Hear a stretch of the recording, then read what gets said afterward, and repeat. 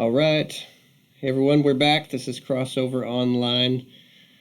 I am glad to be able to do this. I wish I was seeing all of you. We're going to have to set up some sort of Zoom thing or Skype, any of these online things. I was a part of this last Sunday, a online Sunday school through Zoom, and I really liked it. I was with Keith Sallee's class, some of y'all's parents, and I think we're going to have to do this sooner or later, either in this time or maybe on Sunday, where we can all at least see each other's faces again. This is not fair. You're seeing my face. I'm not seeing your faces. So I hope y'all have been doing all right. I miss seeing you. We're going to be in Proverbs again. Message me in any way that you feel like it and tell me what you've been doing, because, you know, as far as the life around here, we've just been playing outside with the boys quite a bit.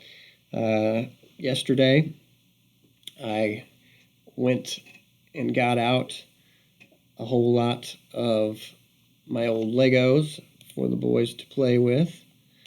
And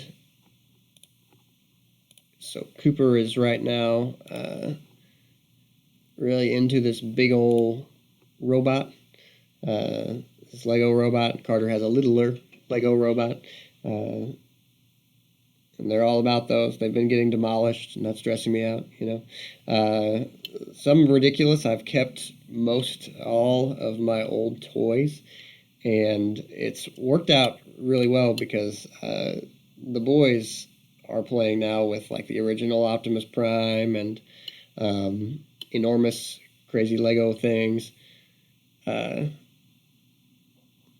all right, I see the Voorhees and Tin Barges are here. Oh, and I can reply back. I mean, I'm replying back with my voice, but I can say this too. Great.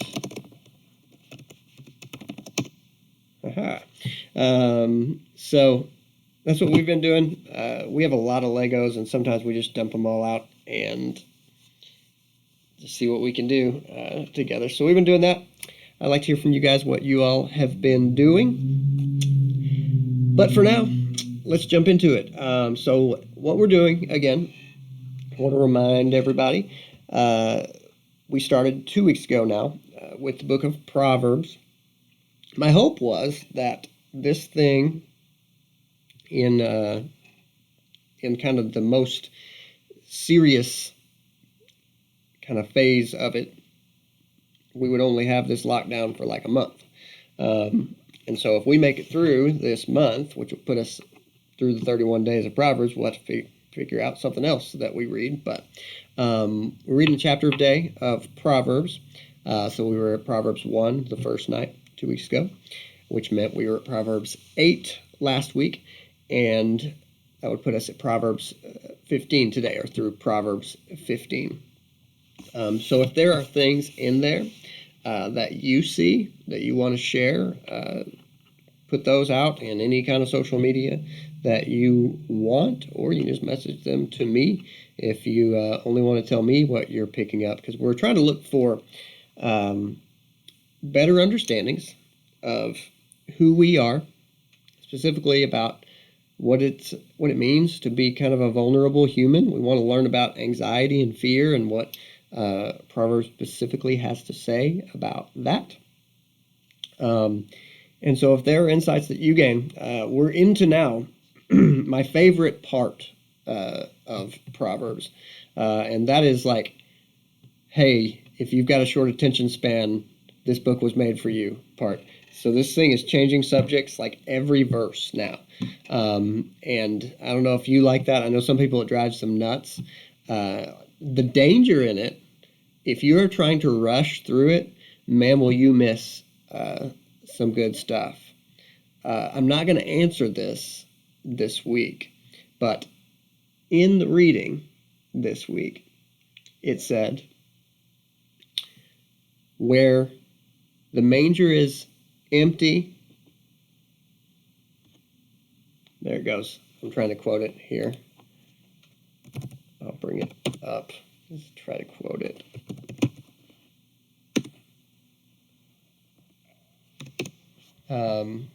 I want you to think about what this verse means, and if you get it figured out, I want you to put it in the comments of this video. All right, here you go. This is Proverbs 14:4, which is part of the reading for yesterday. All right, here you go. Where there are no oxen, the manger is empty, but from the strength of an ox come abundant harvests. All right, I'll read it again. Where there are no oxen, the manger is empty, but from the strength of an ox come abundant harvests. All right, I'm going to get you a different version. We're going to get a few versions of this. All right. Without oxen, a stable stays clean, but you need a strong ox for a large harvest. Without oxen, a stable stays clean, but you need a strong ox for a large harvest. All right, that was New Living Translation. Now I'm going to read you one more translation, and we'll talk about next week more about this, but I'm just going to read it to you, and then I want you to put down in the comments, what does this mean? Like, what is the takeaway? Some of this seems like, well, duh. I mean, if there's no oxen, then it's clean. But what is this one specifically? You have to pay attention to the contrast to really pick up the meaning. All right, so I'm going to read you the New American Standard. Here you go. Where no oxen are, the manger is clean, but much revenue comes by the strength of the ox. All right, so what does that mean? What does that, like, what is the wisdom to be found there? So write your answers to that on here, and I will make a note of it as well so that people see it just by seeing this video. And we'll talk about it next week, what a good summary of that is. So most of what we're dealing with tonight in this session comes out of Proverbs 13. I thought that Proverbs 13 had a really good kind of theme for us. And so we're going to jump into that. And this is about discipline. One of the encouragements last week, one of the fears that we are encouraged to have is we should fear an undisciplined life because we are told that there's going to be trouble there, that you're going to be in bad shape if you are undisciplined. And so tonight we will see some ways to attain to discipline. How do you get to discipline? And that'll be huge. So I want to read a few verses, and then I'm going to tell you a story. All right, so Proverbs 13. A wise son accepts his father's discipline, but a scoffer does not listen to rebuke. From the fruit of a man's mouth he enjoys good, but the desire of the treacherous is violence. The one who guards his mouth preserves his life. The one who opens wide his lips comes to ruin. The soul of a sluggard craves and gets nothing, but the soul of the diligent is made fat. All right.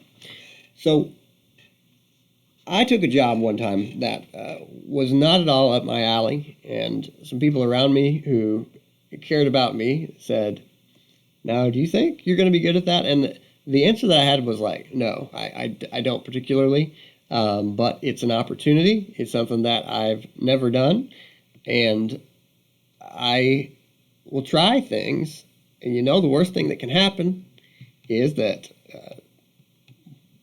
what we expect, which is I'm not very good at it. So my friend had a pallet mill, and what you do at a pallet mill is you build pallets. Now, pallets are the things, if you ever are in the back of a grocery store, or some of you have seen them at any of like the big box stores, Sam's Club, at the bottom of all of their huge sets of products will be a wooden pallet. So all it is about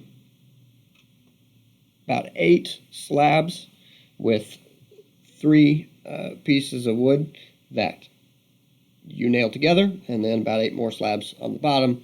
So it's basically just a simple structure that a forklift can put its claws in, lift up, and then move.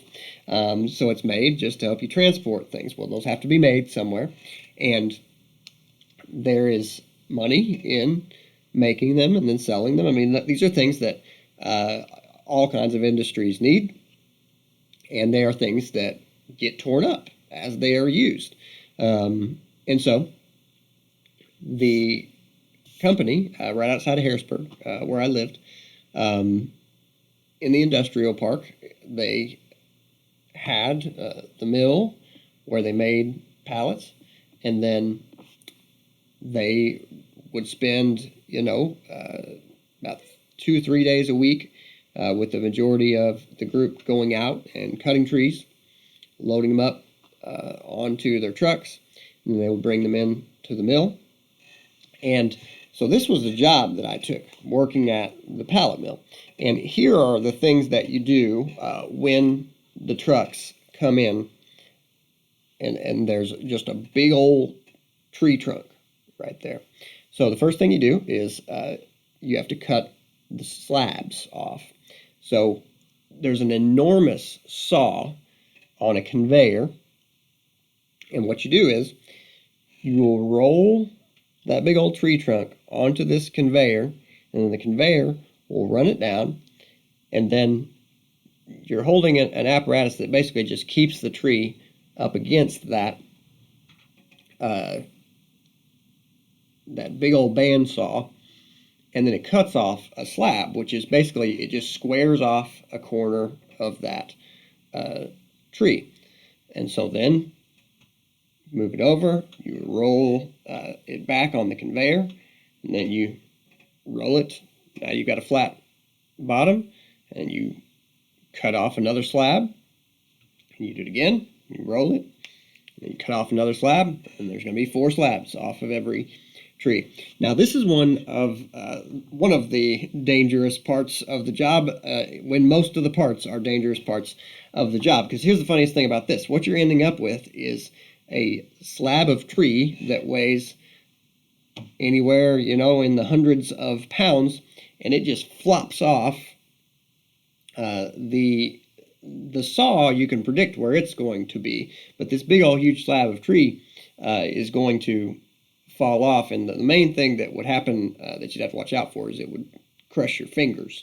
And so we did that. Most of what the job required for me was standing at the end of a machine where after you have cut the slabs off, you have a big square-shaped block of wood, big long block of wood. And so the first thing you do is you cut railroad ties out of that, because railroad ties are worth more than pallets, and they're also easier. I mean, it's just a big old block of wood. And so after you have gone through what can be a railroad tie, what you have left is the wood is cut up into sections that can then be run through a machine that's basically going to cut the ends off of the wood, all right? Because you're going to need to cut both ends off so that you have a 90-degree angle. So I would stand at the end of this this machine, and I remember looking at this machine, and there was a sticker that sat right in front of me all day long.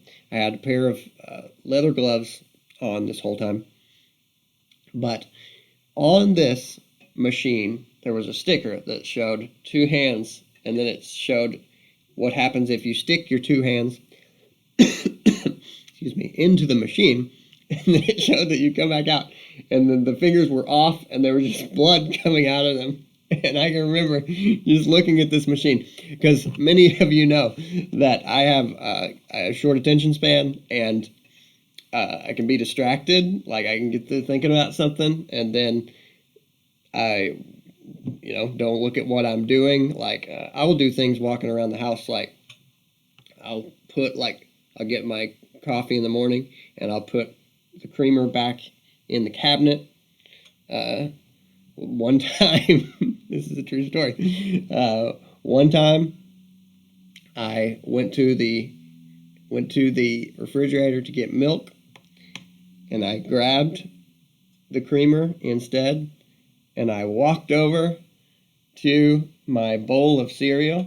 And I'm the kind of person, I've seen this being debated on the internet of which the best way. I pour the cereal first, and then I pour the milk on top of it. But in this case, I literally poured an entire bowl of creamer over the top of the cereal. And when I turned it up and looked at it is when I finally realized what I had done. And so those kind of things happen. And knowing that about myself, looking at this sticker all day, I would just all day long be like, you just keep your mind on what you're doing. And I would grab those I'd grab those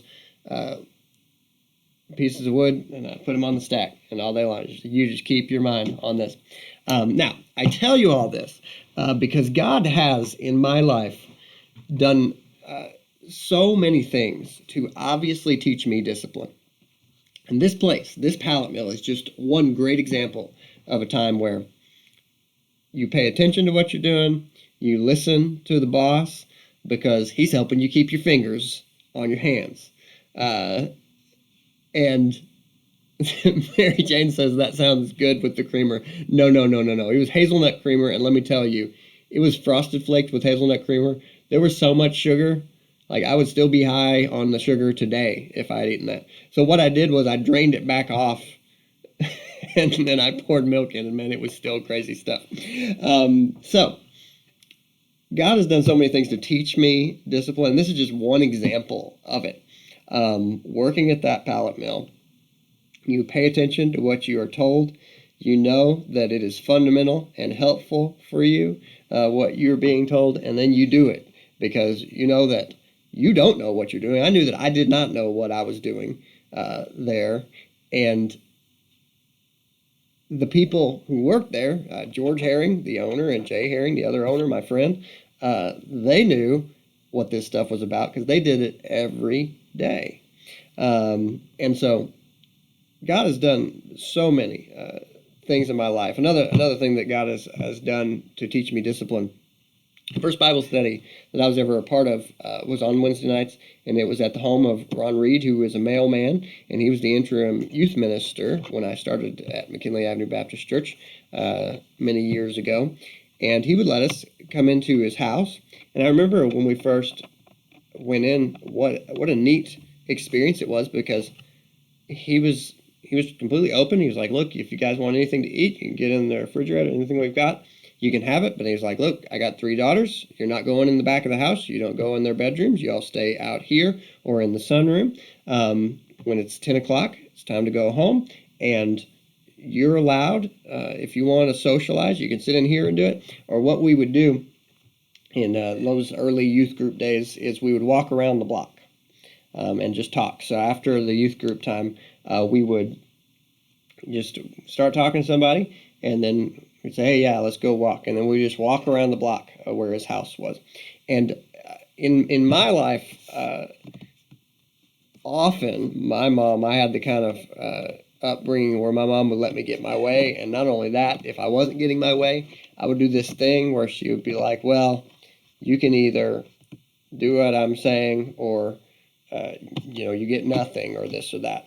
And then I would really get mad, and she would often let me get my way. But then dealing with people and dealing with situations in this time where there were strict rules, and if I didn't get my way, I might say, like, well, I'm just going to not do any of it. If you're telling me that, I can't do what I want, then I just won't do anything. To have people just say, well, that's fine, then you don't do anything. You don't even have to, you're not in charge here. That was very different for me, but that's what discipline is. A lot of us haven't experienced discipline, real discipline, where it's just, look, this is the way that this is, and it's for your good, so I'm not going to back down on it. So I wanted to tell a little bit about those stories, because wherever you come from as far as discipline goes, if you some of you have experienced discipline in your life. You have had an example of discipline, or you have had parents who are really, stern disciplinarians who really had principles and stuck to them. And some of you didn't, but wherever you are, all you've got to do is recognize where you are and then be open to what God might be wanting to teach you. And then if you're saying, God, I don't know if I have enough discipline. Boy, you pray those prayers. Ask for discipline because he will teach you. He's waiting. There's plenty of prayers that God is waiting for us to pray because we often behave as if we don't want the discipline of God. We behave like we want to go our own way, want to do things our way. And he is anxious to love us with real love. And discipline is love. We looked at that last week, that to really love your children is to discipline them. And so in this part of this opening part of Proverbs 13, he said that the one who guards his mouth preserves his life, and the one who opens wide his lips comes to ruin. A lot of times different things can come to our mind when we think about discipline, and your mouth is the number one thing that is hard to discipline. Your body is hard to discipline in general, but I would say your mouth is the captain of the hard to discipline body, right? So wherever you are on the kind of physical discipline, as far as exercise, all of us, because of some whatever kind of emotion that you struggle with, will struggle with our mouth. Whether it's because you're easily aggravated or frustrated, whether it's because you have a temper, there's a lot of different challenges related to our mouths, but learning discipline, learning to control our mouth is the way this says to life. The one who guards his mouth preserves his life, and the one who opens wide his lips comes to ruin. If you can't control your mouth, it's going to bite you. I mean, it will. It says the one who opens wide his lips comes to ruin. It may not have gotten you in trouble today, but it will get you in trouble. So what is difficult about controlling your mouth? What is difficult about it? Some of us are really quick thinkers, and things can come out of our mouth really quickly before we really mean for them to. Some of us just really like to talk. Some of us are accustomed to talking. We wake up in the morning and we kind of go, I want to be talking from the time I get up till the time that I go to bed. Well, look, whatever kind of person you are, God knows that. But you need to ask him how to learn discipline. He knows the path for you. And I will say that I think it's different for different people. I am by nature a fairly quiet person. It used to be about 20 times more quiet than I am now. Couldn't come up with things to talk about with people. And so for people who are quiet types, the discipline of the mouth it can be perceived as not that challenging, but you need to realize guarding your mouth means you open it at the right times. I remember realizing that sometimes it is unfaithful for me to not speak when I should speak. You have to figure out where you are and what you need to learn as far as discipline related to your mouth. Listen to the next one. It says, the soul of the sluggard craves and gets nothing, but the soul of the diligent is made fat. Soul of the sluggard craves and gets nothing, but the soul of the diligent is made fat. Now, this is made fat in a good way. Keep in mind, in this time, food is more scarce, and so this is meaning you have everything you need. You are sustained. What is challenging about diligence? What is the recipe for diligence? What's it made of? So diligence means consistently over time, showing character. This is what virtue is. Anybody can say a nice thing one time, but character and virtue is a consistent, practice, a consistent ethic, a consistent way of behaving.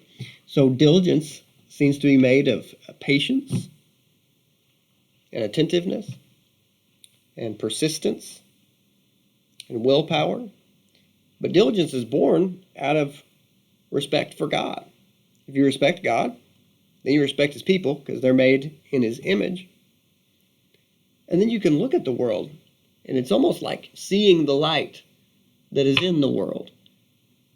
If you don't respect anything, then you treat everything the same. So it talks in Proverbs multiple times that when you're in the presence of the king, you need to keep your mouth shut because he holds your life in his hands. Some people, their mouth gets out ahead of them, and they say things to the wrong people. Now, this is how people get fired from jobs, disrespecting a boss or not listening to a boss. But diligence, persistence, attentiveness, willpower, patience, it starts with a respect for God. Fear of the Lord is the beginning of wisdom. If you can't see that God is good and right, then it really is like being blind. You don't, and so therefore, it's like walking around in this world. And if you run into a butterfly or if you run into a garage, you treat them the same because it's like, I don't know, I guess I can just run into anything and it'll probably get knocked out of the way. No, it won't. No, it won't. Certain things you will move and other things will move you. And without understanding diligence, discipline, you can't get there. You're going to knock your head against walls and expect the walls to give. So about diligence, I have found for myself that I struggle when more steps to a task turn up. So for instance, when we moved into the house right over here, I'm in the office right now, so the house is that way. When we moved into the house, the yard was in pretty bad shape. And I was like, well, I'll go out there. And there's a lot of leaves. So we started raking the leaves. And now here, when we started raking the leaves, like the grass was all sparse. Like there's just all these bald spots. All right, so I started raking the leaves. And then the leaves that I could see that I raked, when I got those out of the way, I could see that there are all these bald spots because there are so many leaves that had dropped from those trees that they got down between the grass or killed the grass, so that there was no grass because there were so many leaves that had piled up.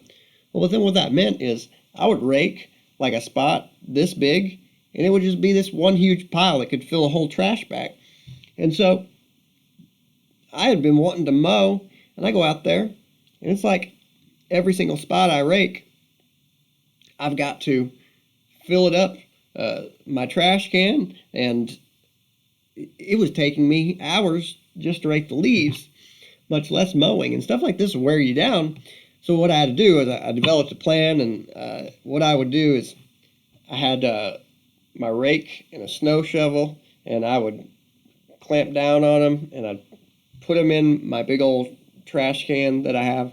And every week, whenever that trash can was full, I just go, all right, that's going to have to be enough leaf raking for this week. And so slowly made it through, and the yard looks a lot better now, especially now that some of the trees are gone. But what it did, this is kind of a metaphor for life, because so many of the things that we want to accomplish, you think, oh, I'm going to go out there and I'll try out for this sport or for this activity that I want to make. And then you realize, like, wow, if I'm going to be in theater, I'm going to have to memorize a whole script. You know, if I'm going to be on the football team, I'm going to have to go to 2-a-day practices and sweat for like 4 or 5 hours a day. Most of the time, accomplishing anything takes way more steps than you thought it would. This is where diligence comes in. It's hard. A lot of things have more steps than you wanted them to have, and I feel that way a lot. And still today with the yard, got to pick up limbs and sticks and leaves. Many of you know the experience of being on a mower or pushing a mower, and then you run over a tree limb, and not only is it really bad on your mower, but you look over and now you have like 8 tree limbs and parts that you've got to pick up and clean up. So hitting limbs makes more trouble for you. But then once you get all the limbs and stuff picked up, then you got to mow, and then you got to weed eat. Sometimes you got to do the leaf blower, and there's a lot of steps, and a lot of life is like that. So diligence means you push through. I want to really look at one more section, and we will get pretty quickly here to the 4 steps to discipline, or four pieces of advice from this chapter about discipline. So here in verse 5, a righteous man hates falsehood, but a wicked man acts disgustingly and shamefully. Righteousness guards the one whose way is blameless, but wickedness subverts the sinner. There is one who pretends to be rich, but has nothing. Another pretends to be poor, but has great wealth. The ransom of a man's life is his wealth, but the poor hears no rebuke. The light of the righteous rejoices, but the lamp of the wicked goes out. Through insolence comes nothing but strife, but wisdom is with those who receive counsel. Insolence. This is going to be a question that some of you will have no opinion on, but some of you will. Comment your favorite Thor movie. All right. So here's the deal. You've got Thor, which is the first Thor movie. Then you've got Thor: The Dark World. It's not a very common favorite. And then you've got Thor: Ragnarok. All right. So if you've seen these, if you've seen any of them, you don't have to. If you've only seen one, you know what your favorite is. So, what is your favorite Thor movie? This is going to be very unpopular. My favorite Thor movie is Thor, the first one. Not because I think that everything about it is perfect. It's my favorite because it has my favorite part of any Thor movie. I know most people really love Thor Ragnarok, and there's some super cool things in Thor Ragnarok, but overall I think that kind of like emotionally the movie is all over the place. So many of his friends are dying. He doesn't seem to notice. It's funny, but not my favorite. Here's why Thor 1 is my favorite. There is, at the beginning, a scene where both Thor and Loki keep talking back to Odin, and he says basically to Thor, he says, "You're the firstborn.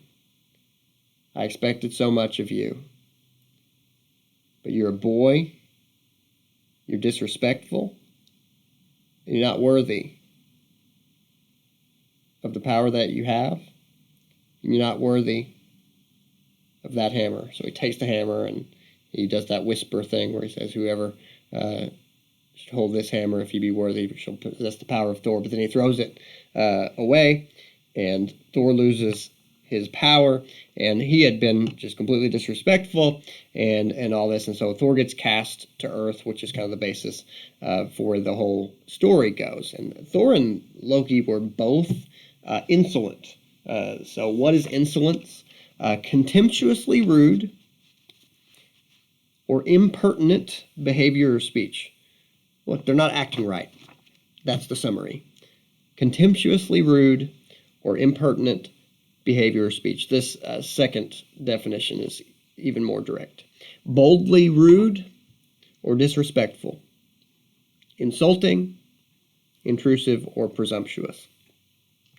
Both Thor and Loki behaved this way, but Thor had responsibilities.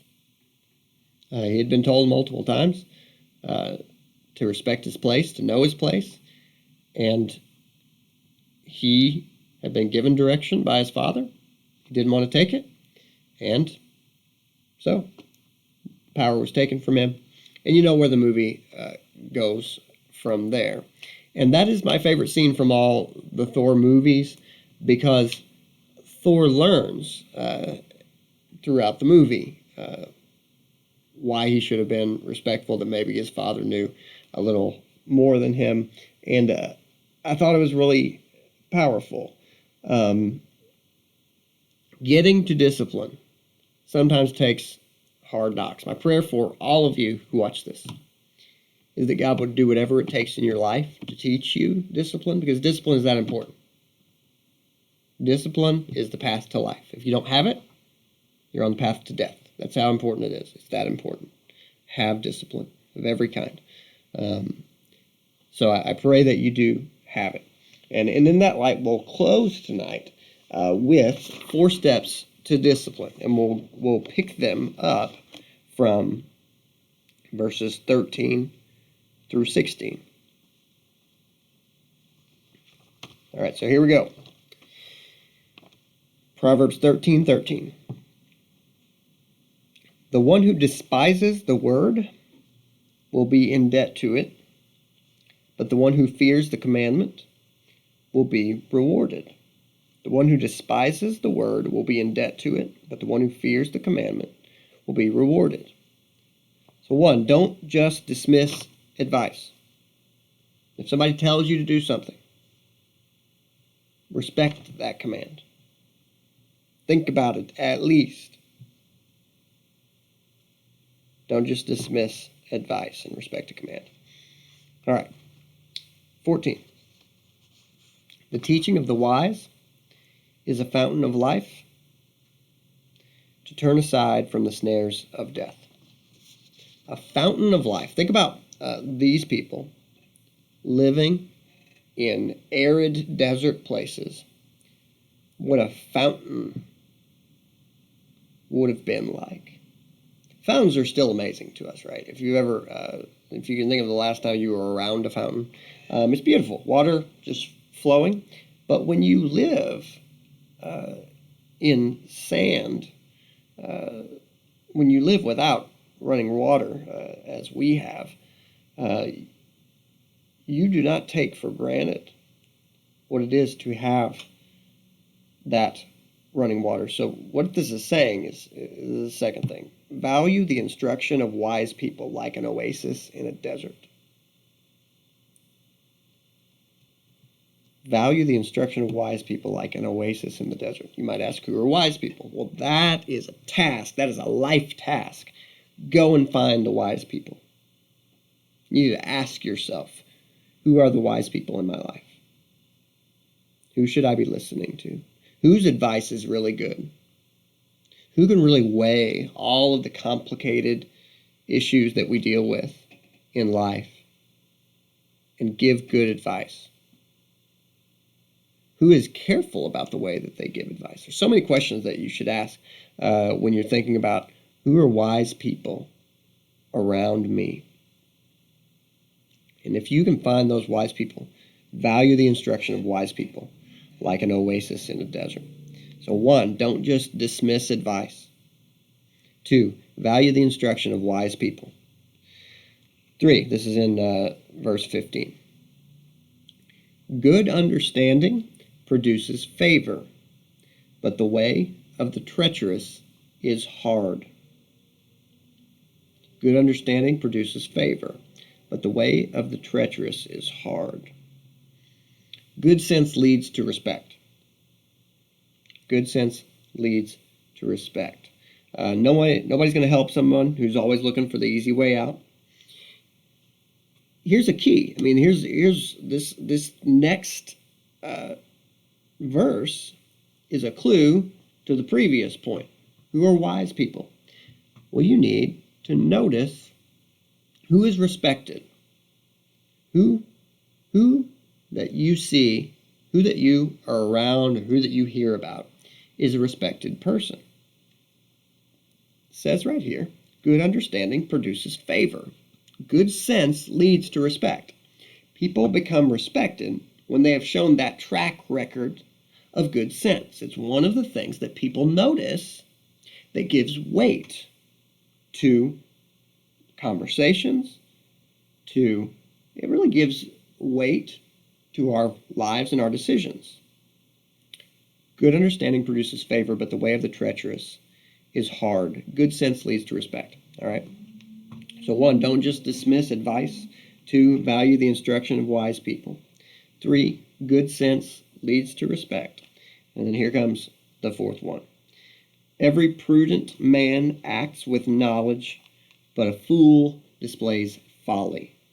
Fool displays folly. Every prudent man acts with knowledge, so think before you act. Gather knowledge. Knowledge is for the purpose of action. Here's the thing. Some of us are more geared or more prone to gathering knowledge, but that doesn't necessarily mean we gather knowledge for action. Some of us really like knowledge. Well, the purpose of knowledge is to act. The purpose of theological knowledge is action, good action. Why do you get to know about God? So that you can do the good things that God wants you to do. God is not interested. We can get this idea because of our educational system that, well, just knowing stuff is good. Well, knowing stuff has a purpose, though. Knowing things is for the purpose of doing things. Knowing good things is for the purpose of doing good things. You have to be careful about knowing God stuff, because if you know about the things of God, but don't have the desire to do the things of God, then you fall into the category of people that Jesus argued with more than any other, and that's the Pharisees. Jesus said, you people lay heavy burdens on others, but you won't lift a finger to help them. Because the Pharisees have been convinced, well, our jobs are to tell people about the things of God. Telling people about the things of God is good. Doing the things of God is the key. If you look at the arguments that Jesus has with the Pharisees, it centers around that. They don't know their role because they think their role is, listen, no, we just talk. We're just the tellers. Other people have to do it. Think about the Good Samaritan, where Jesus is saying, which of these people was a neighbor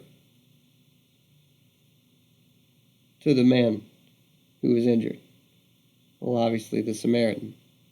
Think about all these conflicts that Jesus had with the Pharisees. They thought their role was just having good knowledge. Knowledge is for the purpose of action. Now, here's the other thing about this, though. Some of us are really action-oriented. We like to do things. In fact, some of us will convince ourselves, well, I'm doing this good thing, so I have to be right because I'm doing a good thing. Well, listen, you have to stay connected to God because He's got all kinds of good things out there, and you need to be doing the one that He's directing you to. How can we get a basis for that? By having knowledge. So it says the prudent person acts with knowledge, but a fool displays folly. You can see a fool by what he does. Think before you act. All of us. Some of us are pretty balanced about this. I've really highlighted that there are people who can be out of balance on this. But all of us need to have both sides of this.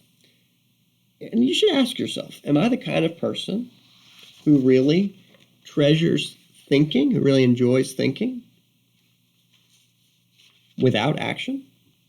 Or am I the kind of person who really likes to act and might neglect thinking.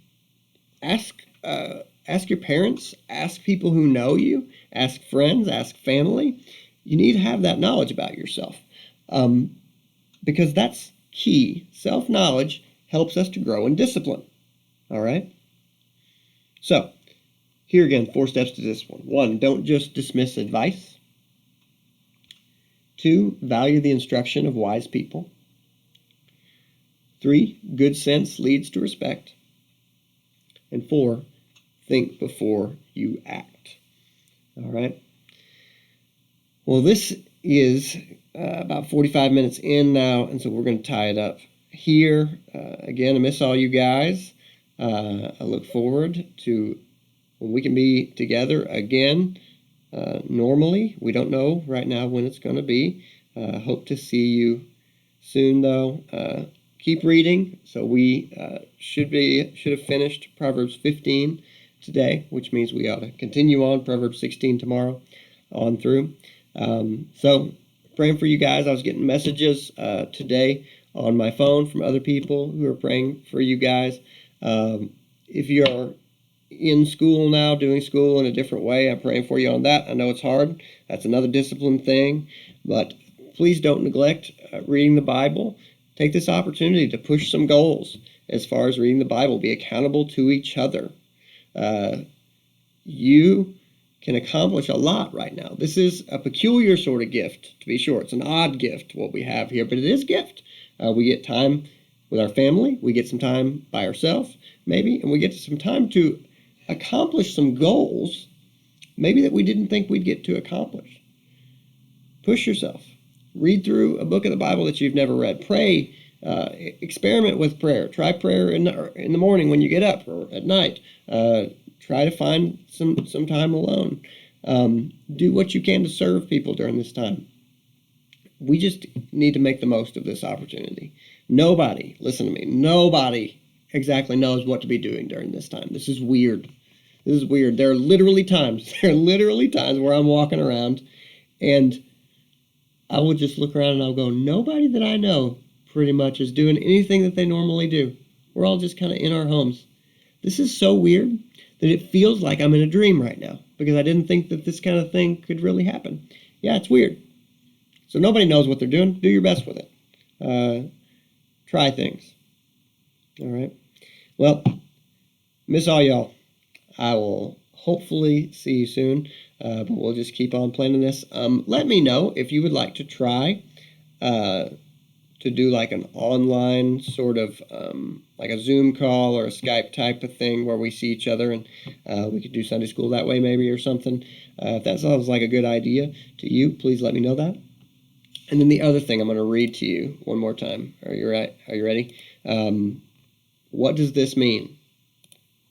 Where no oxen are, the manger is clean, but much revenue comes by the strength of the ox. What does that mean? All right. Have a good night. See y'all later.